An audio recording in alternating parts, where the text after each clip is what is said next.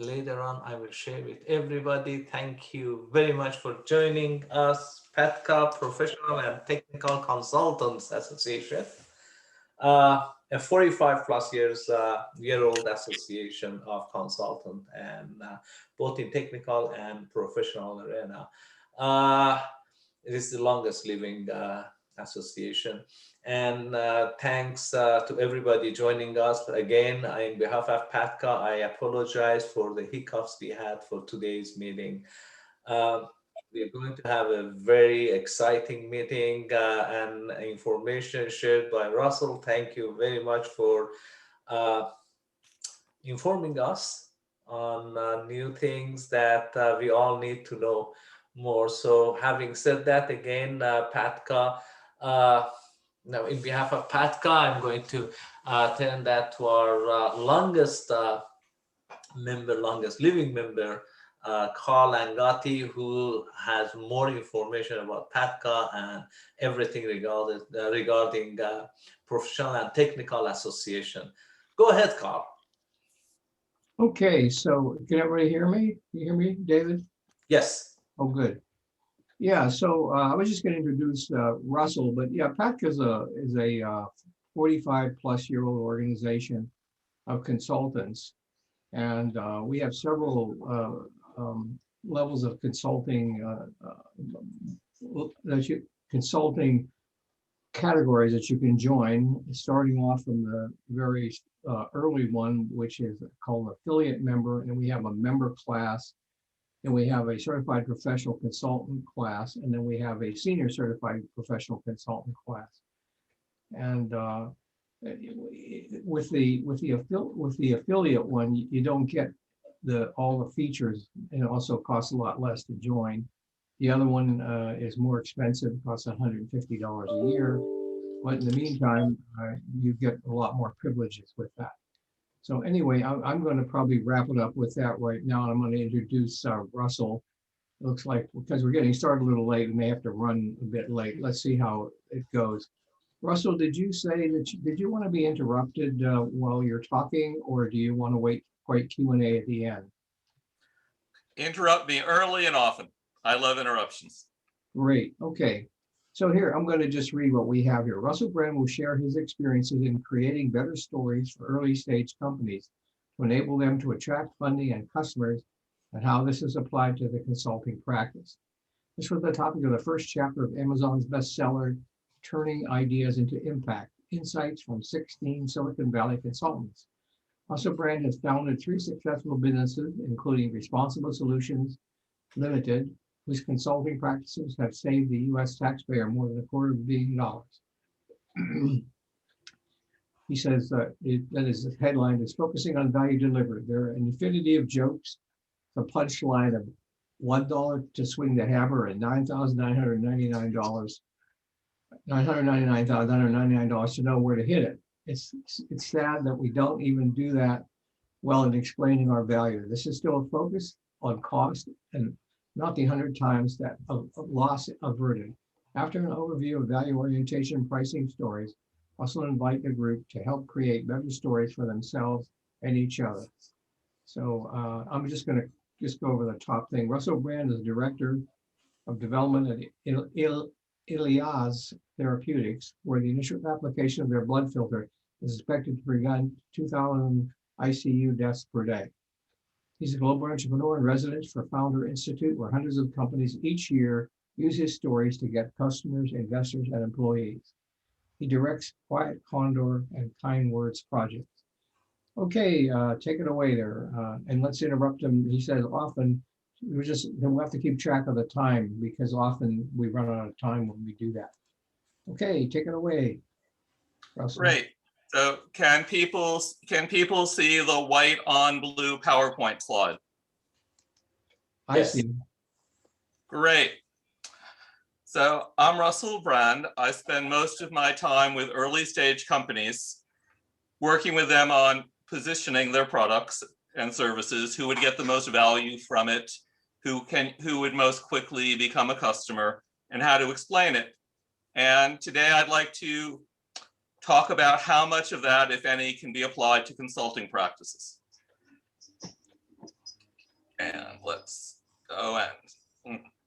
So here's our plan. Give you a very short introduction, an even shorter mention of my book, tell you some terrible jokes, a couple of teaching tales.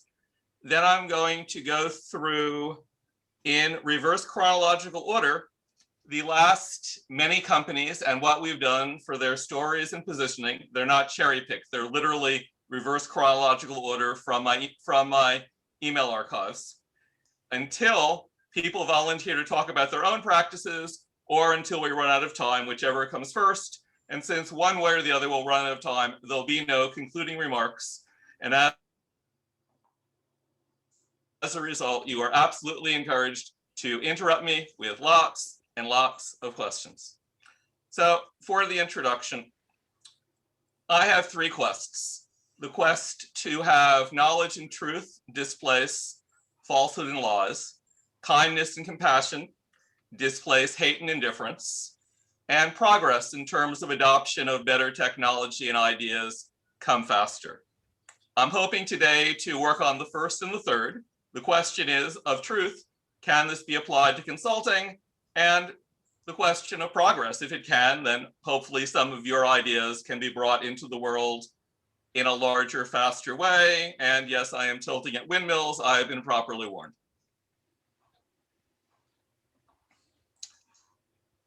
So there are 5 techniques that we use with the startup companies. The first one is not to be Luke, but to be Yoda. You are not the hero. Your company is not the hero. Your product is not the hero. You are helping your customer become the hero. And you can expand that to how he can be transformational. It's a bigger fight of good versus evil, but really the focus is on the customer, not on ourselves. The second is the highest, best, earliest use of the product. I see many things where people have wonderful ideas and are looking to sell them to people who can get tiny amounts of value instead of great amounts of value, or people who can get great amounts of value but have no money to pay for them. The third is selling people what they're getting. No one buys a drill bit. The story is people buy holes, but no one buys holes. They buy a wall that they can build. They can buy the smile of their child in the playhouse. Let's concentrate on the value that the customers received rather than the product that we are selling. The fourth is very often what we are offering people doesn't just make something faster, better, cheaper, more profitable, but makes the impossible possible. And while that may be obvious to us, it may not. It's often not obvious to the customer or even more to the funder in the case of our early stage companies. And the fifth, which is primarily for dealing with funders, is we tell everyone to go and talk to a funding organization saying, can you give me comments and feedback on this practice pitch? Because if the pitch is wonderful, they'll treat it as a pitch. If the pitch is terrible, they'll give you some comments and they'll often give you another chance. So how do we minimize the hubris and let our customers and audience give us as much help as possible? We can do that, of course, by encouraging them to interrupt early and often. On to phase 2, plugging the book. I and 15 other people, most of them from your organization, put together our insights of what could help consultants to grow their consulting practice, find customers, make it more profitable, make it more stable. We were a bestseller in category on Amazon. I encourage everyone to read the book and of course write wonderful reviews about us so as to get everyone else to read the book. That's enough book plug. On to the jokes and tales. Start with the terrible jokes. First one, and I presume you've all heard all of these, though they're not new jokes. In elementary school, every child is supposed to talk about what their teacher does, and little Johnny, our typical student, says, my father runs a brothel. And the teacher gets very upset. The teacher calls up the father, comes in, and then says to little Johnny, your father doesn't really run a brothel. Why did you say that? And little Johnny says, of course, my father's an elected official. I was embarrassed to say that. The second is the dating site where I say, I drive a $500,000 Mercedes. And it, of course, turns out to be a bus. And the third from the same dating site, I have an office with a 180-degree view of the Golden Gate Bridge. And of course, they're a toll collector. When we look to make better stories, we can make stories that are sort of shallowly true, but they don't actually bring us any closer to the customer understanding or value what we've done, or our children understanding or valuing what we've done, or ourselves understanding or valuing what we've done. So we need to look for deeper stories. This is, again, a classic story, and I presume probably all of you have heard it. There are three men doing the same thing. They're picking up a brick, they're putting it down, they're putting some mortar on, they're picking up another brick. And we go to the first one and say, what are you doing? And he says, I'm stacking bricks. And we ask the second one, what are you doing? And he says, I'm building a wall. And the third one says, I'm building a house of God, or I'm building a community, or I'm building a path for people to get to heaven. That first man has a job. That second man has a profession. That third man has a calling. They'll have a different level of satisfaction for picking up that same brick, putting it into that same spot, and they'll probably get paid very different amounts of money for doing it.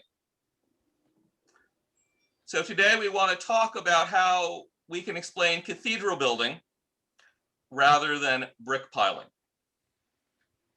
This is, of course, the most common of all the stories, and it's the one in the abstract. The infinitely valuable machine breaks, it stopped moving, everything's come to a halt, millions of dollars per moment are being lost. The expert consultant comes in, looks at the situation, grabs the hammer and hits it just once in the right spot. The machine starts running.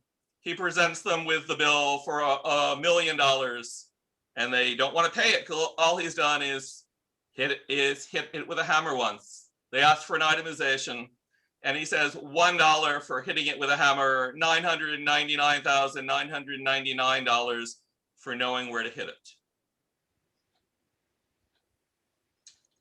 So now on to real examples. And as I say, whenever you've heard enough real examples, you can volunteer to become an example. First example is a pair of motors, one of them very small and one of them very large. The large one is a rocket engine. It is a brilliant rocket engine. I think that you might consider it the best of all possible rocket engines. Unfortunately, you go to the investors and the investors say, people don't buy very many rocket engines. And there are companies out there that are brilliant making rocket engines. And they show examples of how small this is compared to a plane engine. But getting into the plane market takes forever. The biggest market for that class of engine is missiles. It's 100-fold larger than everything else put together. It's a faster sale. It's actually a better fit. But since they want to think of themselves as rocket builders, when they go to financial investors, rather than saying we're missile engine builders, they have trouble getting funded. At the point they say we're missile engine builders, and they show charts about missiles, they can make it to their second round of talks and perhaps get funded. At the other extreme are very small motors, motors less than 1 horsepower, less than a horsepower. Motors that you would put in a little air conditioner. Company has them. They're fantastic. They're durable. They use less power. And you replace all the condenser motors in the country. You'd save massive amounts of energy. They'd run longer. But it's very hard because you've got to go to a lot of buildings. A building maybe have 10 or 12 of them. The biggest use in energy savings for small motors is on battleships. There are a lot of little motors on battleships. There are so many little motors on battleships that if you can make them more energy efficient, then you're able to save enough fuel to increase the amount of time your battleship can stay at sea before refueling. And all of a sudden, we're not saving pennies of electricity every day. We're getting an extra couple of weeks of use of a battleship, massively more value.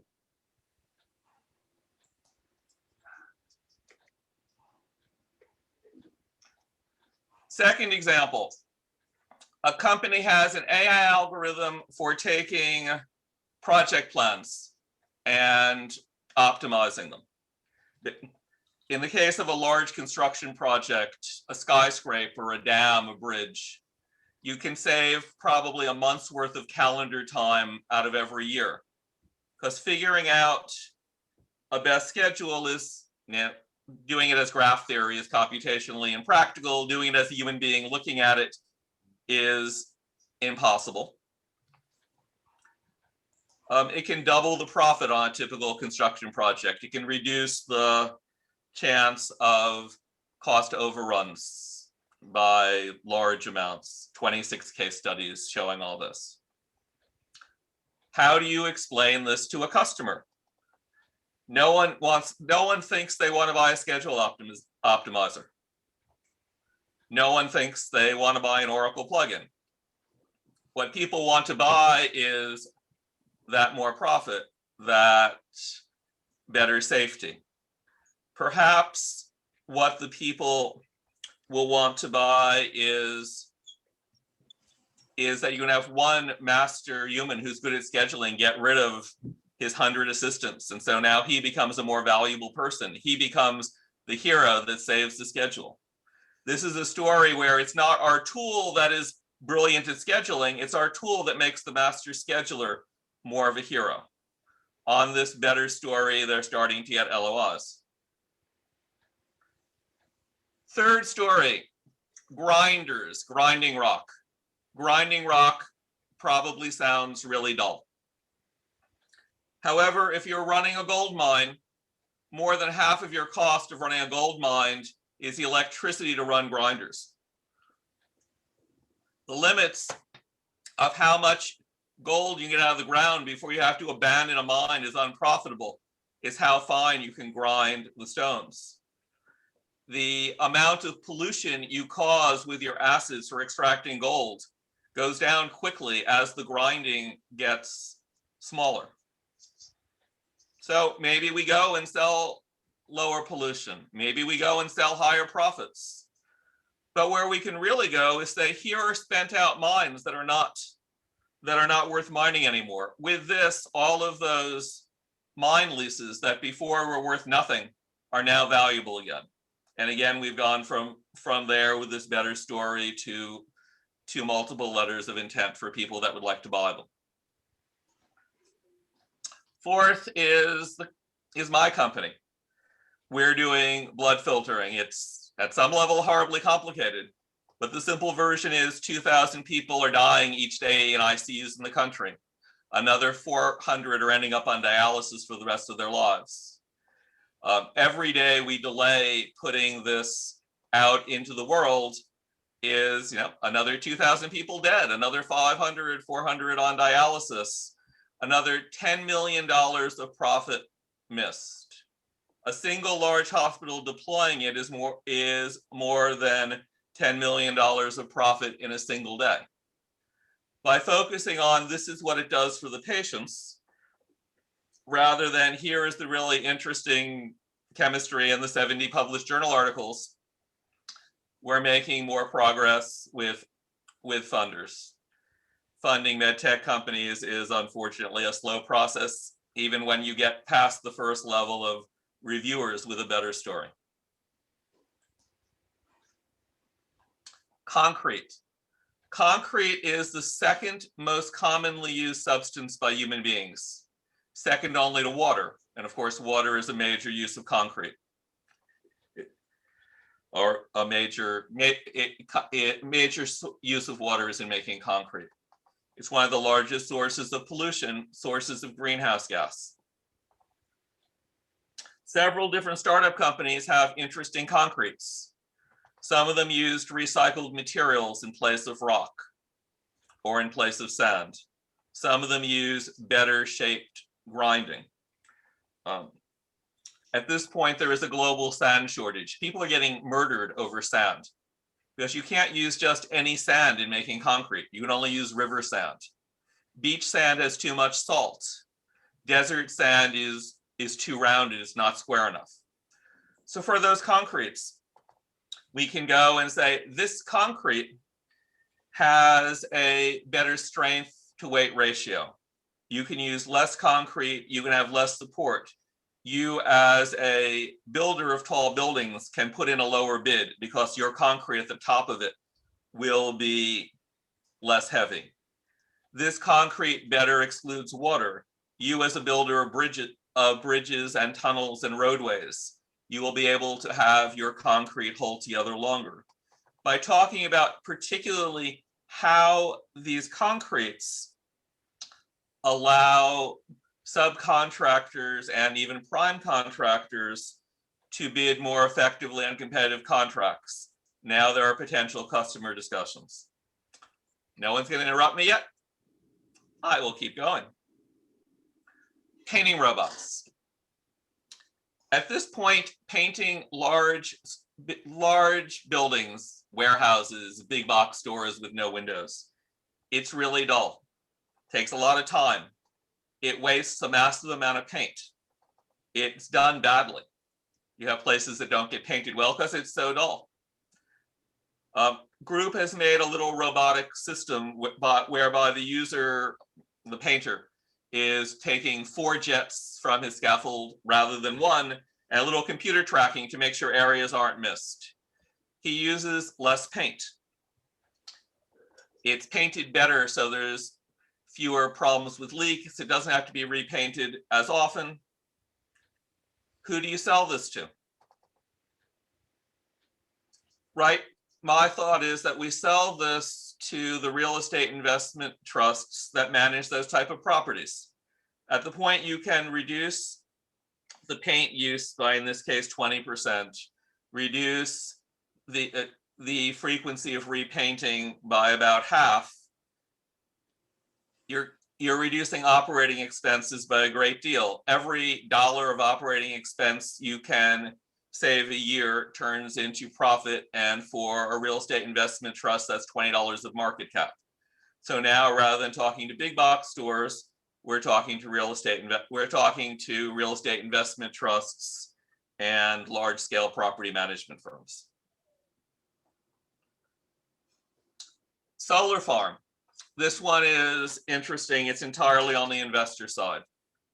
Company has this idea of leasing land in places where you can build solar arrays by substations.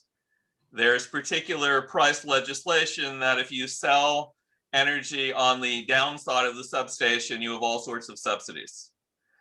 They went and talked to lots and lots of energy companies and no one wanted to touch it. Their financials look like a real estate company. They're leasing land, they're getting revenue from leasing it. We recast their financials to say, we're not an energy company, we're a real estate company. Within 2 weeks, they were in due diligence for $25 million worth of funding. For unrelated reasons, they failed due diligence. Russell, if I may? Yes. I'm looking at your list, and I can come up with a couple of stories per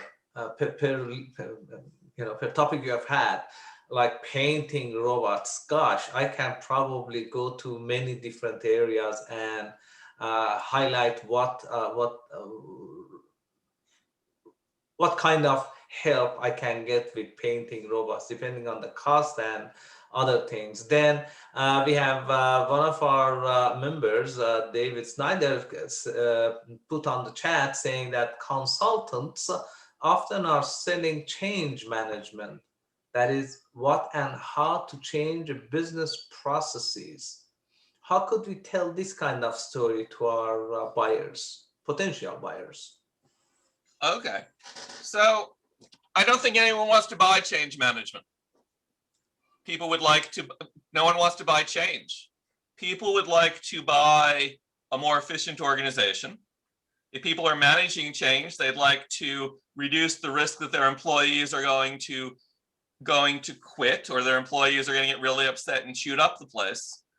So when I'm selling change management, what is the benefit that the organization is getting from hiring a change management consulting service? What is the concrete benefit in this case?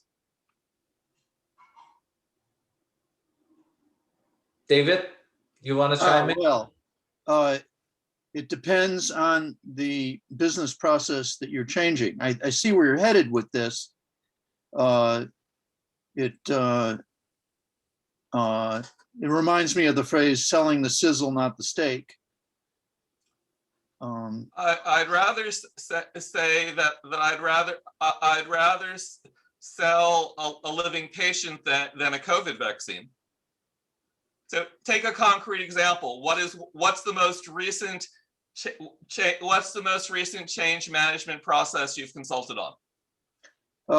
Cybersecurity.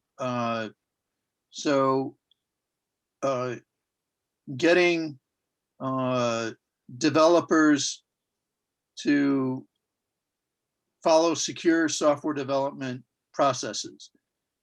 Okay, and what's the benefit of developers doing that? It's an avoidance of bad things happening, which is hard to quantify. How many bad things happened last year because the programmers didn't follow best practices? We had this little tiny incident that covered a whole lot of our government systems. Yeah. Right. So what are some concrete examples you can give of bad things that happened from people who didn't follow those practices? Well, yeah, the SolarWinds case that you seem to be referring to is a good one. Tying that back to what an individual company is doing in their individual department, sort of. And so maybe you need a scale. Remember when Home Depot and Target had all the credit card numbers stolen off their Wi-Fi? Remember when Blue Shield had all their member records stolen? Remember when whatever that Madison, Ashley, or whatever it is, whatever the adultery service was, has their customer bases stolen? Yeah, that sounds a lot like what people have been talking about as in the business as the fear, uncertainty, and doubt approach. That you appeal to someone's fear of being the next target, but it's actually coming into disfavor as an approach because people are bombarded with these stories of fear, uncertainty, and doubt, and that's sort of a problem. How do you differentiate from that kind of a story? Well, fear, uncertainty, and doubt profits from not having good information, right? Solid information gets rid of fear, uncertainty, and doubt. It doesn't quantify risks. So I would want to say these things happen. Here is how frequently they happen. Mm-hmm. Here is how we could very cheaply go and do a sampling of your code. And from that sampling, we could go and make some prediction as to how much at risk you are, whether in fact this is cost effective. Should you be spending your money to reduce this risk, or spending your money to do something else?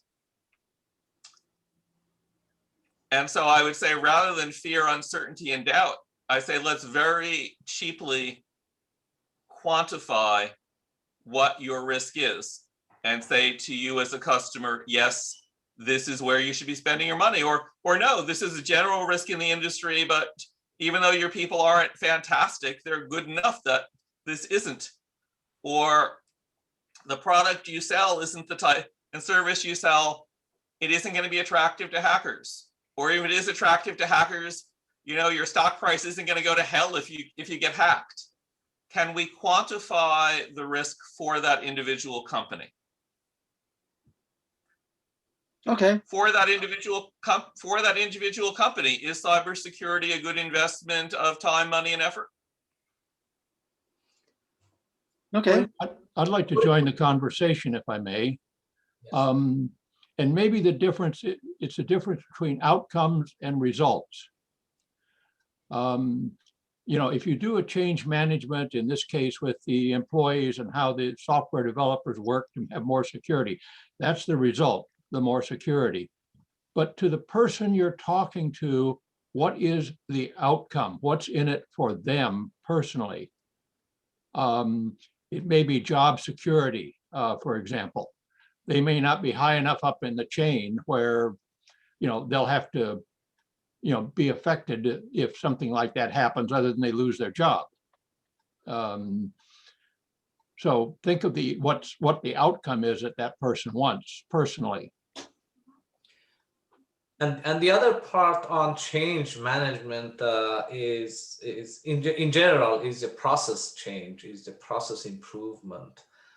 So many different areas in that. For instance, yesterday I was in a meeting and one of the managers from Gilead came up with a very good scenario. Look at the vaccine distribution system here in United States. It's not going well. And if we have somebody in distribution ladder from federal side, and we could provide a sample of how a process improvement would get the vaccine, to those who are in dire need now, and make a case on that and come up with stories. Right now, we have hundreds of, if not thousands of people are dying because of lack of access to vaccine. And that would be a case to build on and provide the process improvement in that scenario. So let's flip that slightly. No one wants to buy process improvement. They may want to buy an improved process. True. And in the case of vaccine, right, the type of improvement that we might have is we might have more people vaccinated sooner. We might have fewer vaccines wasted. We might have fewer people die. Some people actually care about having fewer people die. So that might be a saleable thing. But at the point we say we're selling process improvement, we're selling change management. No, you're selling an improved process. You're selling a result of an improved process. Yes, thank you.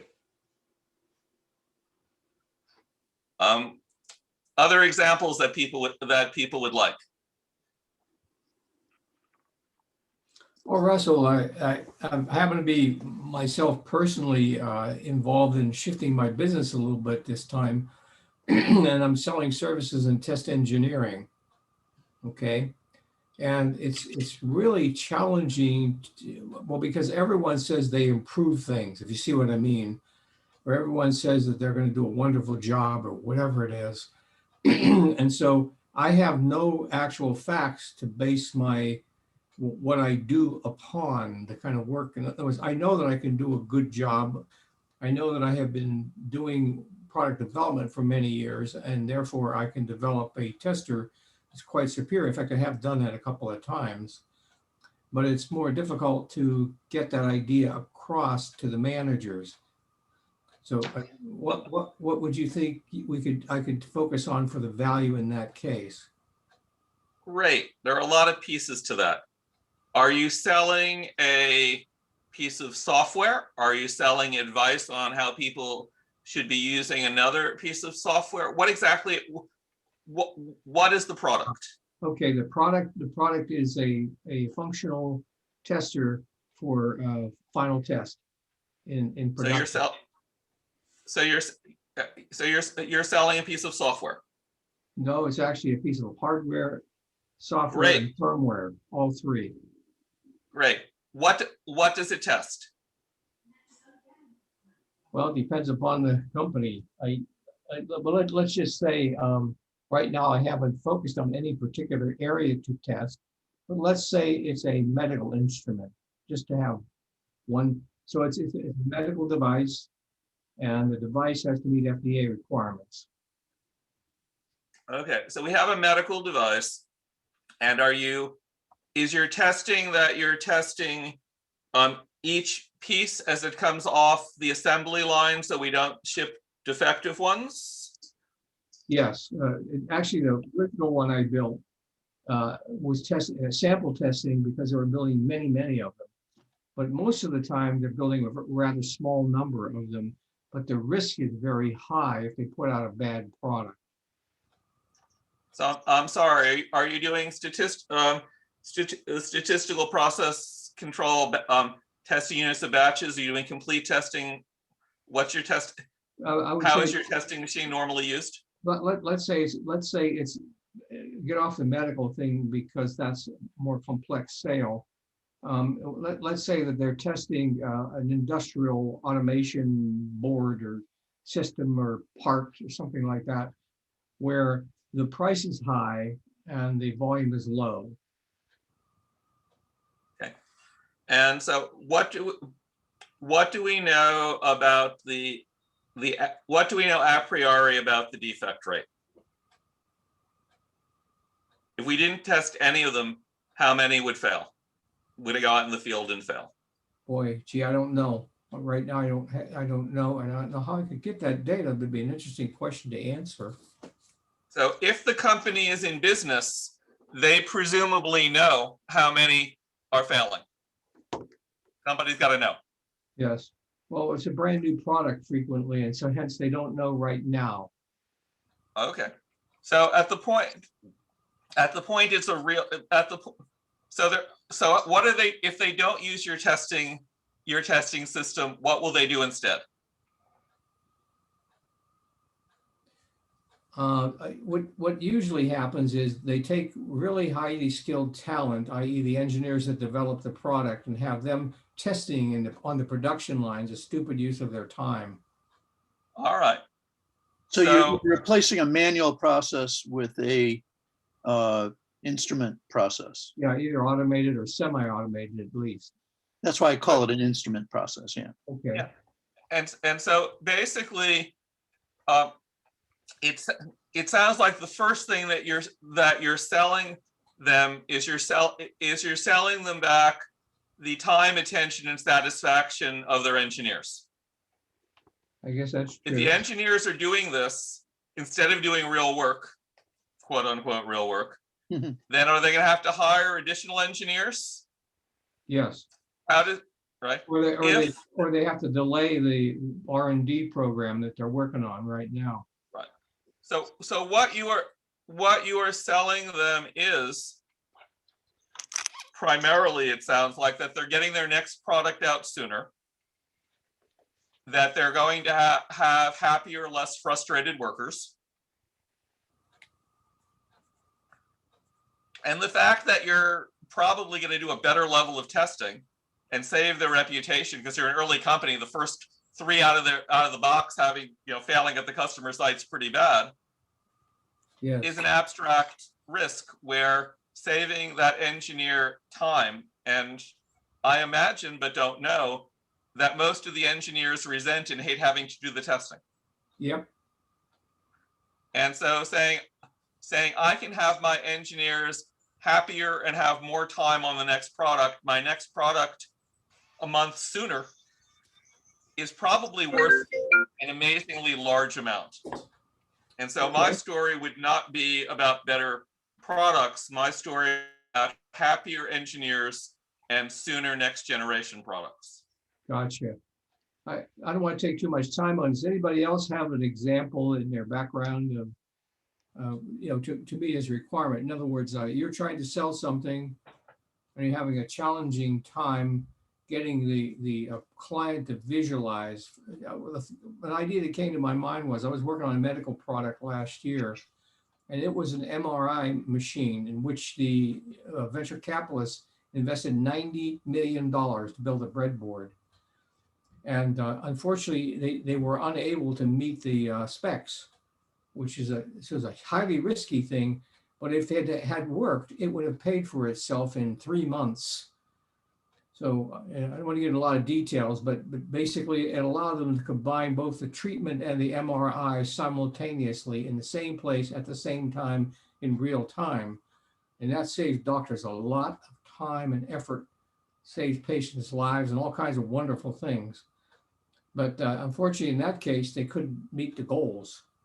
Not fast enough anyway. They probably would have met them if they had 100 years. No, I mean, they had a lot more time, but they ran out of money. Well, I'm sorry.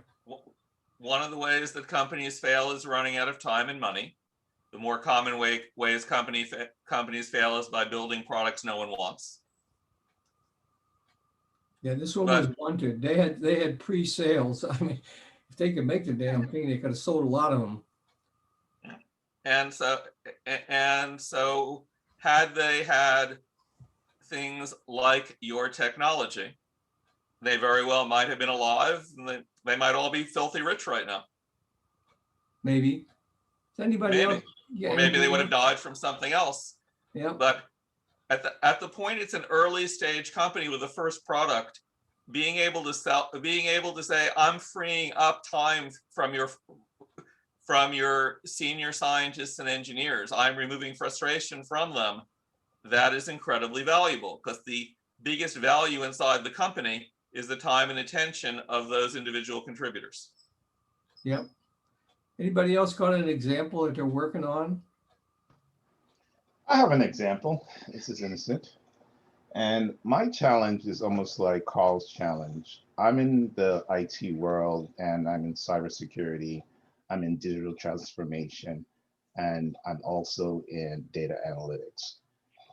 My challenge really is more of taking all these three segments itself and building something that is of value to an organization out there, to my clients itself. I've been struggling with that. Maybe we could possibly have a short conversation on that. I know, Dave, you brought that up about the SolarWinds attack, but I think in regards to where we are with technology, with what's going on in cybersecurity, organizations have to look at every single point of entry of hackers trying to get in. It's not only on the software, it's also on the network. And the challenge is taking all these areas and coming up with one solid product that could satisfy a client or an organization to achieve their objective. There are a whole lot of assumptions in that I don't believe. More importantly, I don't think it matters whether or not your customer believes them in order for you to sell them something. And so at the point they disbelieve one of them, they can now be distracted into fighting about that rather than in terms of buying. In terms of background, I did cybersecurity for the nuclear weapons program before it was called cybersecurity. I had the company that did the first identification of people by typing patterns. I advised JAWOG 13, the International Working Group on Nuclear Weapons Safety. My second company sold the IP for the fundamental patents for self-protecting routers. So I've got some understanding, though admittedly dated, on cybersecurity. So I have no idea why people would need it to be only one product. As at the point that we were looking at that from the nuclear weapons standpoint, we say defense in depth. We sure as hell don't want one product, because we would like it to be the case that no single error or no software company having been owned or infiltrated by the bad guys, at that point in time that would have been the Russians, is going to put us at risk. And so at the point you just tell us this one thing, immediately we would be nervous. When you say every company has to, well, maybe every company should, maybe not. The question becomes, what is the damage to the company by a cyber breach? What is the cost of avoiding it? And it's probably the case that more companies should be doing something, but probably not all companies. So maybe we can rein that in a little bit. Who is your target customer?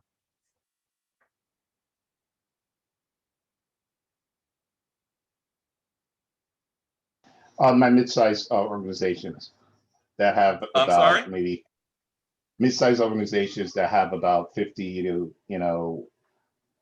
55 between 5 to 10 person group. Okay, and what is so my local hamburger joint has 5 to 10 people. What cybersecurity risks should they be worried about? No, I wasn't referring to 5, I was talking about a 5 group company. At least they have at least maybe about a 500 employee head count in their organization. And also I have multiple areas that I target too. I target like small organizations itself. I was thinking about doing startups initially, but my thought process there was more of the startups don't really have the budget to, some of them may, and it's an assumption that I could be wrong with. Small startups may not have the funding, or may have the funding to dive into the idea of technology, process improvement, or security itself. So really, my target market is. Go ahead. Even if they had the money, they wouldn't have the time or attention, and they're not risk averse. And so the startup companies, on average, unless security is part of their story, would be a very difficult sell. When you say there are several different things you're doing that may be valuable to you, it's good to be a generalist. I prefer the phrase Renaissance man, but probably any given customer is looking for one thing. And the idea that you do many different things probably isn't a virtue to them. That probably makes them feel like you are less specialized in the problem they care about. I'm seeing that. And so if I've got my 500 person company, hopefully that means I'm getting, at least $50 million worth of revenue. If I'm not getting $100,000 worth of revenue per employee, something's wrong. So I should have money to buy a service. Of all 500 person companies, what makes a company the ideal customer?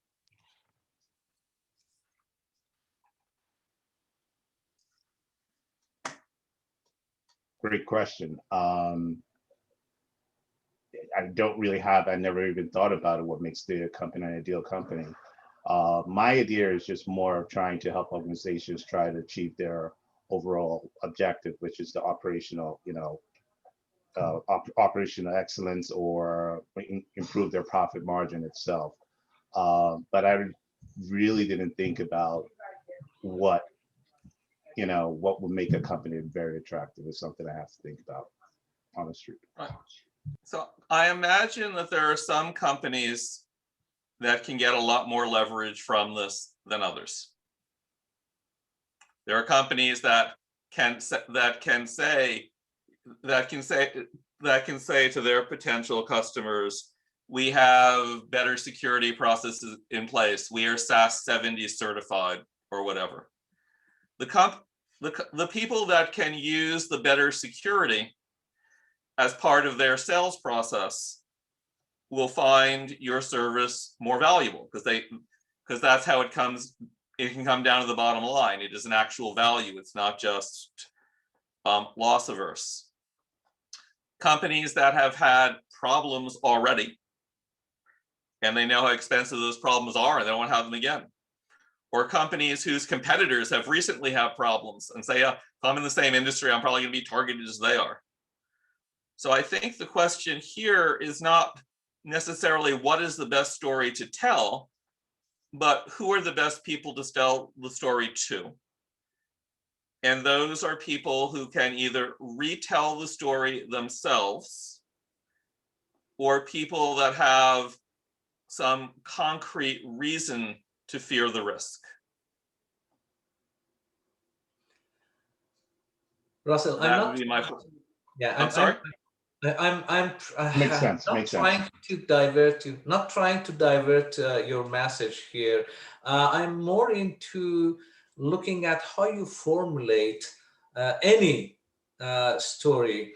Do you start from the people to whom you sell, from your customer base, and you analyze their need, and then you start on what you can provide as a product or service, and then create your story?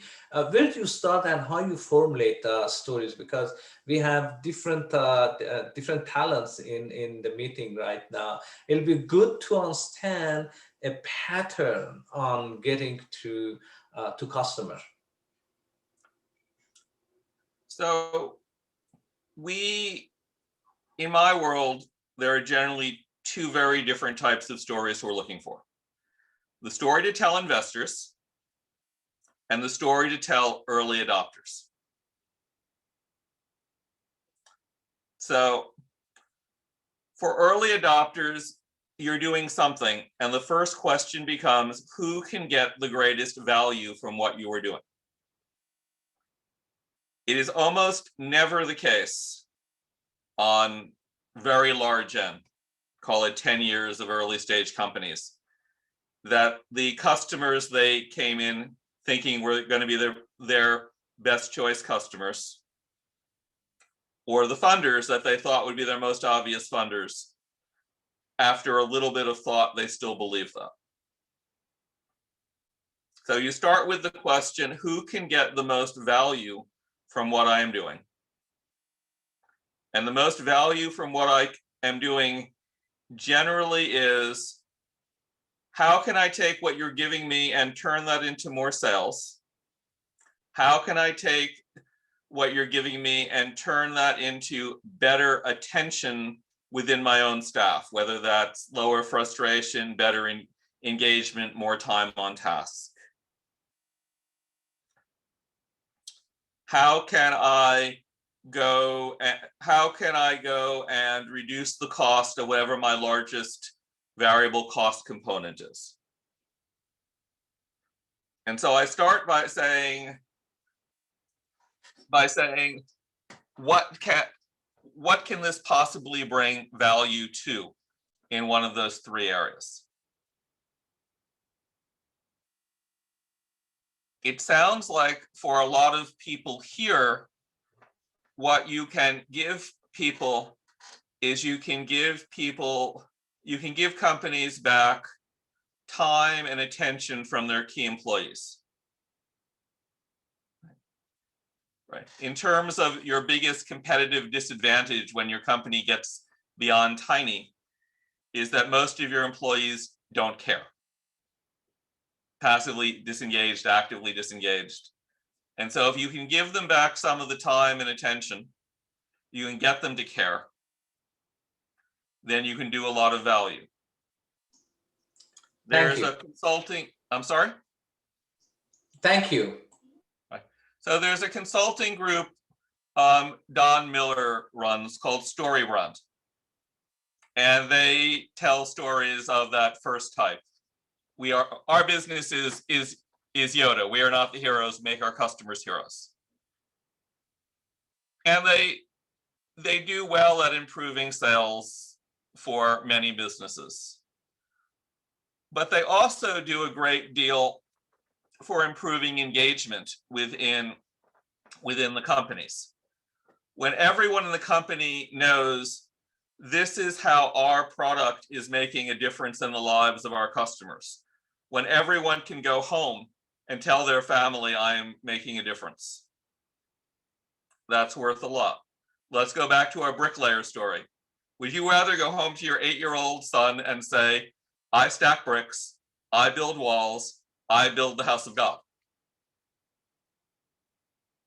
At the point I go home and tell my son, I build the house of God, if I'm spending an extra 2 hours at the office, he's not going to be upset because he knows his dad's doing valuable work. If I say I stack bricks, it's like, well, overtime, I got a new toy. By having the better stories I can tell my family, then as an employee, I will be more engaged. Having better stories I can tell myself, I will be more engaged.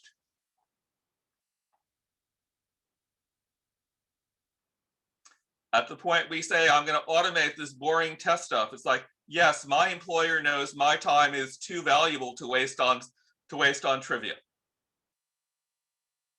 He respects me, he values me, I'm getting more done. It may be that the biggest part of what you're selling is engagement. And engagement is incredibly valuable. And other than for key employees in early stage companies, very few companies recognize the value of that engagement. And so that becomes a hard sell. But it's probably the biggest area of improved productivity and quality of life available for the world of work in the United States by large measures. We're going to get all of our employees to meditate and sleep more, and great. Get the employees to feel appreciated, get the employees to know that their job matters. A classic example of that, one of the least fun jobs you can have as a college student is you work for the alumni office and you call alumni asking for donations. Like all cold calls, you get hung up a lot and yelled at a lot. How do you get those people to do better? You take them and you bring them and you introduce them to the kids who are getting the scholarships. They feel better about what they're doing. They bring more enthusiasm. They don't quit as often. Last study I read says in addition to higher retention and they're pulling in an average of 20-25% more revenue because they are attached to the positive impact they're having on the world. It's not just a job. I don't know that we brought them up to building a house of God.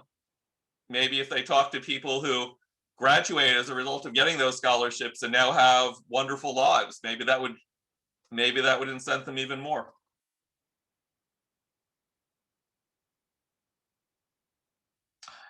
More examples from you, or I'll continue down my literally infinitely long list. Go ahead. VoIP routers. Company had a really clever innovation. We have our sales team and our call center team, our office, we got 1,000 telephone lines coming in over our TCP/IP network. That all runs fine until someone downloads a software update or decides to watch a movie.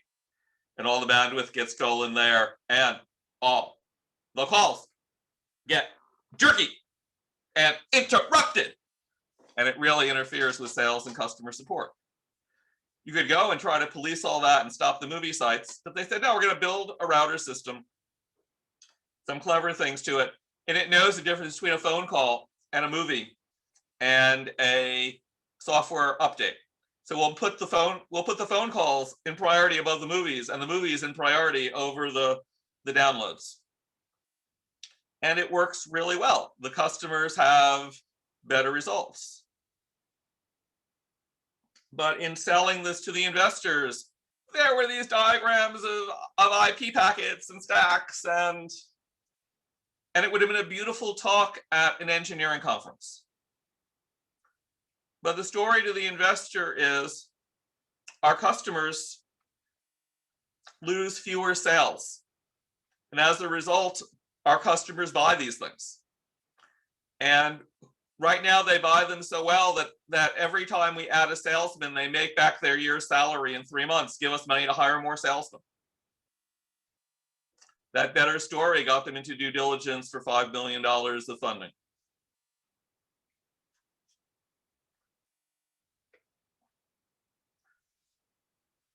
Agricultural drones.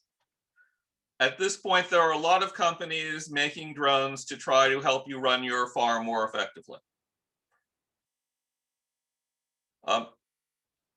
One company positioned themselves as a drone company, and they were indistinguishable as a drone company. In terms of doing video analysis, they can actually count the number of ears of corn on the corn stalks. incredible video. They're not a drone company. They're an agricultural informatics company. They shouldn't be selling drones. They should be taking everyone else. You buy a drone from whoever you want, and we'll do the image processing. Doing the image processing, they're no longer dealing with drone pilots and drone repair and all of this. They're just doing the part they're good at. They're able to charge more money to the farm for doing the image processing than they could have charged for the drone plus the image processing. And by being an agricultural informatics company, rather than another drone company, they're getting their second meetings with potential funders. Hopefully they will get funded in the next 45 days. Oops, let's go back one. Dreams. There's a giant trend to try to teach people mindfulness meditation. A lot of this is done with people listening to audio. We've got a couple of multi-billion-dollar apps out there. Unfortunately, only about a third of Americans will respond well to an audio-led guided meditation. Just not the way their brains are wired. So companies making video guided ones. They have amazing videos. They've got some of the people that worked on special effects for Lucasfilms making their videos. And so at the point we say, we can make mindfulness meditation available to a market that's twice as big as what Calm can ever address. This becomes an attractive story to an investor. You go and say, a lot of your clients just are finding the meditation too hard, takes too much discipline. This might work for that. The resellers and recommenders are finding it interesting. So the story here is we can bring the benefits of mindfulness meditation to people who otherwise couldn't experience it. The previous story was all about the wonderful and really wonderful graphics and graphics things. Their tagline, which I like and still using, right? It's as restful as calm and as exciting as Netflix and engaging as Facebook. Can still use the tagline, but the real value here is being able to bring it to this larger audience. And they're starting to talk to investors also. Solar installs. Company in Africa recognizes that power grid is incredibly unreliable and power is expensive there. Running a business is harder when you can't process your credit card payments or keep your lights on or whatever else because the power keeps going out. So they're selling solar plus batteries. They were saying, we're going to go and give the shop owner standardized quotes in different formats. And we're going to go and give the solar installers someplace to show their stuff. The businesses don't want quotes in a standardized format. They want it solved. Figure out what I need, figure out how to finance it, do it. The solar installers don't want a marketplace. They want a reliable stream of business. The banks giving the loans, they're the ones who go after the A's, the B's, the C's. They want the right credit customers coming to them. And so they're now going to each of the constituencies and saying, I can give you what you need. And they'll soon be talking to the funders and saying, no, we're not a marketplace. We are everyone's solution. And hopefully that will get them their seed round of funding. As a marketplace, over the course of 18 months, no one showed interest in giving them a seed round of funding. My favorite story from this month. Small company in Britain putting together software to support quote, owner financing of real estate. The founder has written the Amazon bestseller in the UK on this. I did the calculation. Every day he can shave off the process is worth 3 basis points in terms of getting money sooner. It looks like on average he's shaving about 100 basis points, 100 days. That's 300 basis points, 3% of an average transaction size of $10 million. So he's providing $300,000 worth of value to his average customer. And his presentation made it look like he was giving people, an extra 0.25% of something somewhere. When I showed him this and told him the tale of my 3 bips, he said that I'd missed the story entirely. Without this setting up the financing this way, many of these properties don't get sold ever or for years. So you're making the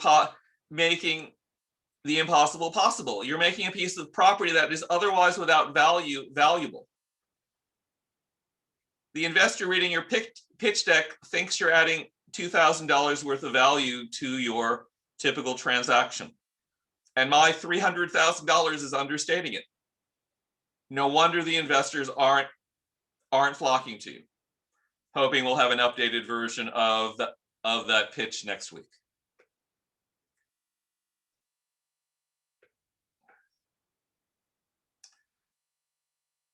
Real-time Financial Health, another UK company.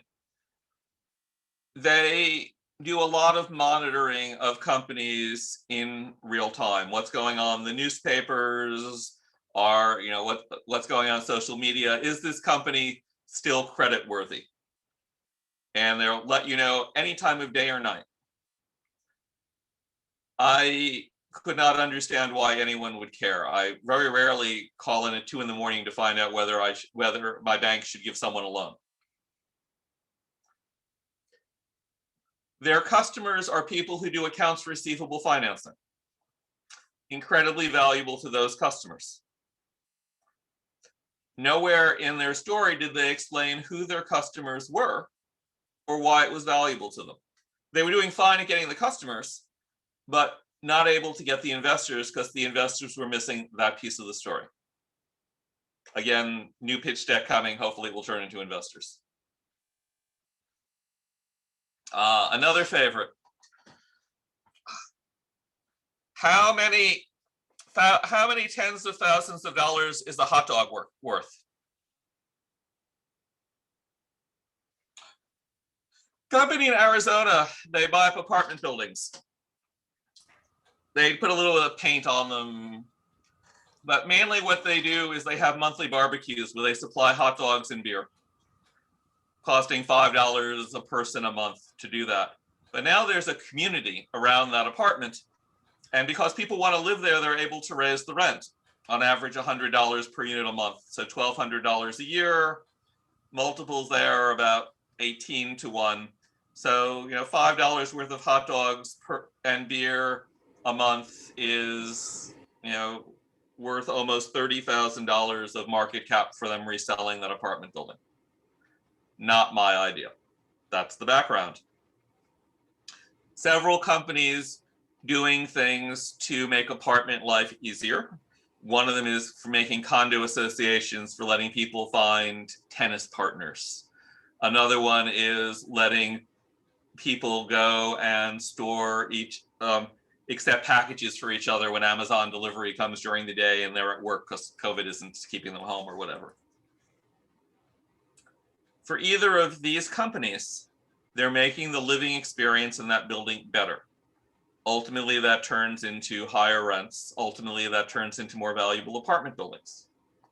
So if they can sell their service not to condo associations where it's valuable, but to the firms that buy and flip real estate entities, the value can be 10, 20, 100-fold larger. So they are making new sales pitches at property management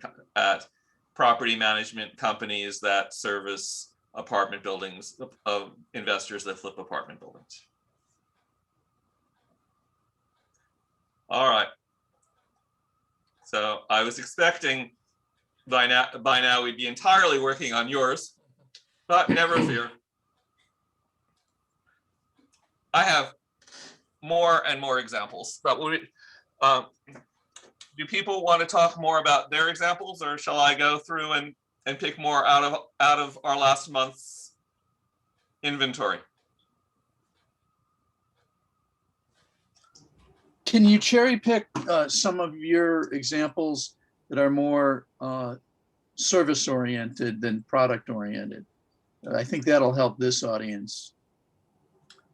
Let's see.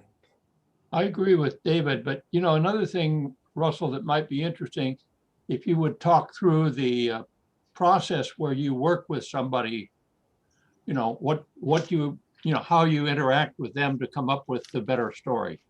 That might help us. Okay.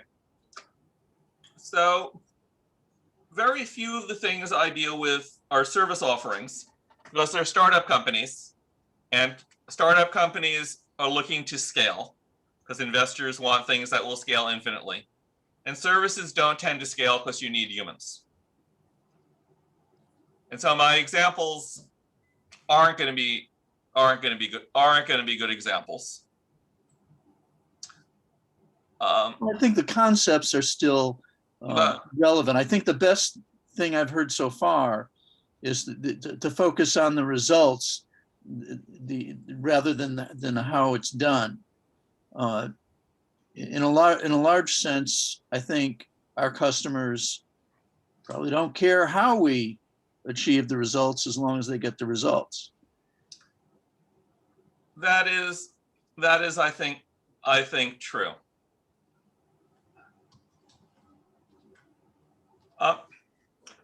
I guess one of my challenges is, well, I'm not very good at finding customers. I haven't, then that's the whole marketing side of things. But understanding, getting a handle on what the trigger points are for that customer, teasing out of them what result do they want to see, what's their hot button. So going back to my earlier life when I ran a consulting firm, I would generally ask potential customers, what do you hate most about your job? What causes you the most frustration? What makes you not get home to dinner on time most frequently? What makes your employees quit? What is the worst thing that's happening in your world?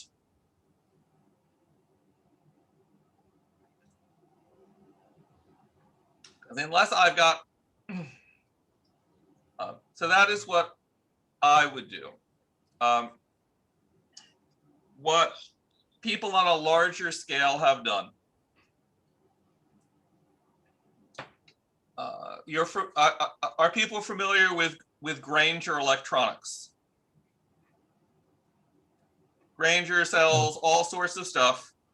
Almost everything costs $99. Your hairbrush, it's $99. Your ballpoint pen, everything $99 because people have signature authority for $100. And what Grainger says to people is, any given product of ours you can get cheaper somewhere else. But if you've got to send someone out to go get it and shop for it, this is long before the days of Amazon, you're going to lose more time in man hours than our difference in cost. And you're going to send them out to get 3 so it never happens again. So you're going to have the cost of placing that in inventory. And you'll never find it again. And so Grainger was saying to customers, the biggest pain point that you have is you don't have what you need when you need it. We will have an infinite inventory of everything, and we will instantly get you whatever you need. And we will charge a premium for it. Grainger then went out into doing analysis and said, for companies like yours, here is how much extra they are spending by sending people to stores. Here's what your lost productivity is. And they started with this a trend, which is to say, what are the biggest problems and pain points in an industry, the industry that we are servicing. And if we understand what those are really well, we go into a customer and say, companies like yours, the biggest pain points tend to be these things. Are you experiencing them? Or would go to the customer review sites where it's appropriate and say the biggest pain points are these, and your customers are complaining about these of them. And so where I would just say, what do you hate? And as I was a 50-person company, I can do that over lunch. That may not scale to a 1,000-person company where they would go and do this type of market research. If I were trying to do it in a new field, I would say I'm conducting a survey, and I'd offer $25 Amazon gift certificates, and I'd post ads on LinkedIn or Craigslist in the field to talk about what people hate most in their industry, what they hate most about their job. And I'd compile that list. And I imagine after 20 people, $500 worth of Amazon gift certificates, I'd have a pretty good list of what people who of the type I'm trying to sell to really hate. And I would have that as my conversations with new clients. I would, once I had this document, I would go and give free copies of it to everyone who was in the survey. I'd make copies of it available, make your content marketing campaign on it. But I would then go back to the 20 people and say, other people sort of like you have these different problems. What are you doing to avoid those problems? And look if I can collect up solutions from each of those people. Now I can take those solutions back to whoever had the original problems. And I can publish the set of solutions. And that set of solutions could be a year-long content marketing drive. And at this point, very few people create blogs on LinkedIn. It is a content-deprived environment. And so at the point you build something like that, you can get a much larger readership on LinkedIn than one has ever been able to get on any other such platform in the world, even if the content is only mediocre. So that would be my plan. So basically, you're starting from the service area, as most of people, at least in this call, are providing service some sort.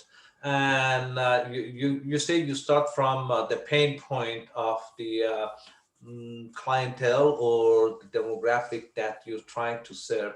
How about if we start from the enhancement or giving them more than, I'm just thinking with, what Steve Jobs used to say, how about we provide them something that they don't have, and we show them that, there is more to do with this service as opposed to what you've been doing. Instead of going from negative part and driving them through the sales, is there any way to go from the positive part? I don't know. I'm just throwing the question to you. So there are two different issues there. One, at the point you are trying to teach them something they don't already know in order to make a sale, you're not doing sales, you're doing marketing. Marketing is a long, expensive process. And so unless you're going to put together a marketing process, your hit rate on that is going to be incredibly low for the effort. Two, people love good stuff, but it's never in this year's budget. Good stuff is always in next year's budget. Fixing the problems are always in this year's budget. And so I don't think it is an approach that on average works. If someone if a small company was suggesting that, we'd say, what is your publicity plan and marketing plan? Because it's just too slow and too expensive to educate customers.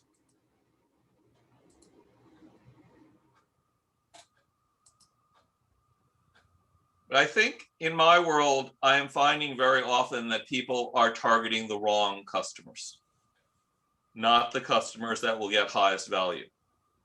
They're targeting customers that are sort of in their field, or that they know something about. If you're right, what is the fundamental value that you are providing, and really, who's going to get the most out of that value? Who's got the biggest version of that problem?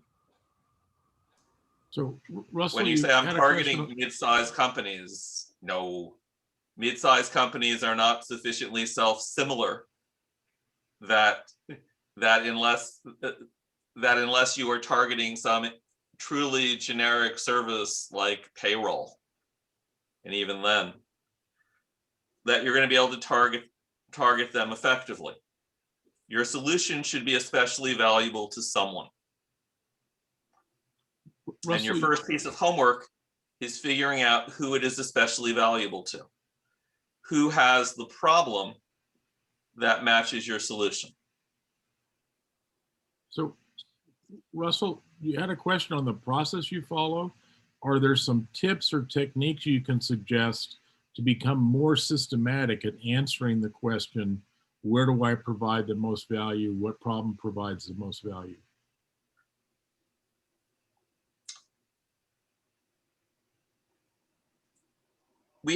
I have a process that I call beginner's mind.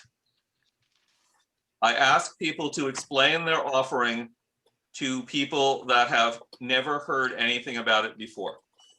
Starting with me, I want to hear the version before I've read anything. This does two things. One, can we understand what it is that you are doing? The answer is, on average, no. We can't tell what it is you're doing. Two, at the point I finally understand what you're doing, I say, oh, that could be used for. And you get a lot of ideas. Most of them are dumb ideas. Sorry, most of them are ideas that don't turn out to be commercially useful. But if you explain it to a lot of folks, some of those ideas will be really valuable. And so let's go back to every investor pitch is a practice pitch. I'm trying to explain my business. I'm not sure that it's intelligible. Can you give me some feedback on it? Get on to something like Lunch Club, where you can meet 3 new people a week who have not heard what you're doing before. And almost any of the people you meet on a platform like that will be happy to say, I don't understand, and happy to give you feedback, and happy to brainstorm about about what else it might be useful for.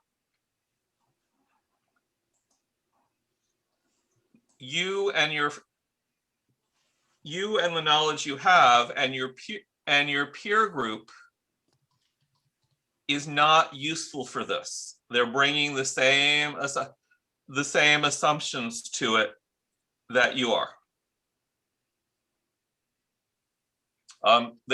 You could imagine going and using any of the formal brainstorming processes. And for that, you'd like to have as diverse a group as you can. Right? The way to get very good ideas is to just get large numbers of ideas, and out of the very large number, some few of them will be valuable. Most of the people that I work with are the right age to be the grandchild of any of us. And what I tell them is, go and talk to people who are about your grandfather's age, people like me. Because we will have bumped into so many different things over our lives, something's gonna click.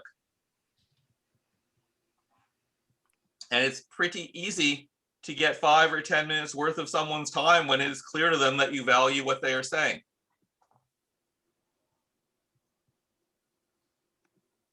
Russell? Okay, yeah, I hate to interrupt you. It's interesting. We probably should wrap up the meeting fairly soon. Theoretically, we're supposed to have stopped at 1 and it's about 1:05 now. So can you, maybe you can talk, finish this subject and then we'll shut down the meeting because we're losing people as well because of we advertised 1 o'clock as a shut off time. All right. So in the world of beginner's mind, it's very valuable. The explanations we give to our friends and our colleagues have more detail and more cleverness and rely on more background knowledge. The best thing you can do is talk to a lot of very different beginners people and have them paraphrase it back till you're sure they understand it. Ask them to think about something it might work for. Suggest some really stupid thing that it couldn't possibly work for, so that they can say, no, it wouldn't work for that, but it would work for this instead.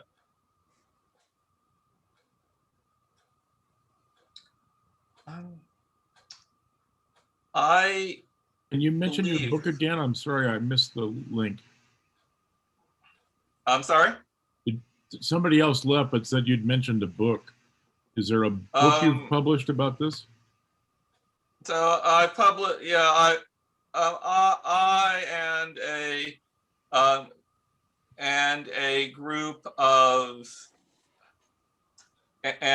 of people, mainly from your organization, published a book of insights. And the first chapter of the book is my talking primarily about how to take building the house of God example and bring that to your customers, not just so your customers will understand the value of what you're doing, so that your customers can more effectively act as champions to get buy-in from others in the organization of why they should support the project. Thank you. Hey, Russell, I would like to continue the conversation with you because I do have a lot of things that I might want to, throw at you and just get some feedback. Are you available for a possible one-on-one, or do you do things of such? I'm happy to have a conversation with anyone. Right. The first conversation I can give you beginner's mind. Right. Don't know whether there's value I can give you in a second conversation, but the first conversation I can at least give you beginner's mind. Awesome. So send me email and I'll set up a time. Awesome. I think more of the issue is more of the discovery. It's finding that need, and I think that's one of the biggest challenge that I could see myself facing. Being in the service area, like someone alluded to, the changing people's behavior is kind of hard. You have to create something, a product that, and this is my thought process, and I could be wrong. You have to create something that is painful to a person that you're coming in to solve. Let us hope that you are finding things that are painful rather than creating them. Yeah, that's the point. Russell, I'm wondering if you would send us if you send us the presentation you had or anything else that we could share with our group. While I am happy to send the presentation, I don't know, it'll be useful for someone to have if they're looking at the video. I don't think the presentation on its own will do anyone very much good. Got you. And as at the beginning, I said I'm recording this, and we'll go through that, and we'll provide that at least 2 people in this chat, and we'll go from there. And if anybody wants access to the video, can reach me, or I'll have my name, and most probably most of you guys know me, or to call, and we'll provide you the access to it. If finding the right customers is the biggest problem, then there is a talk I give to the startup companies about customer discovery process. It's, again, more focused on things that would be in startup companies than to service organizations. But I'm happy to share the slides or give the talk if there's any interest in that. It's a much shorter talk than this. Great. Okay. Well, why don't we all give some feedback to Russell? I really enjoyed his talk, and I hope you did as well. And then, as he said, he's apparently open to talking to you directly. In the chat, if you save the chat, I put my email, David's email, Russell's email, and the title of his book and a link to it. So anyway, thank you very much, Russell. Yeah, Really enjoyed that it. greatly. Thank you. There's a Yes. lot to learn Thank you all. Thank you. There's a lot to learn from you on this subject, and our crowd. Myself, I thank you very much for your time. Yes, enjoyed it. My pleasure. Great. Thanks, Thank Russell. All right. Okay, so I guess we're gonna shut the meeting down, David? Yes, sir. Okay, I'm gonna be leaving, so I don't know who can shut it. I think you're the host, so you I can am shut the it host. down. I will. Okay, all right.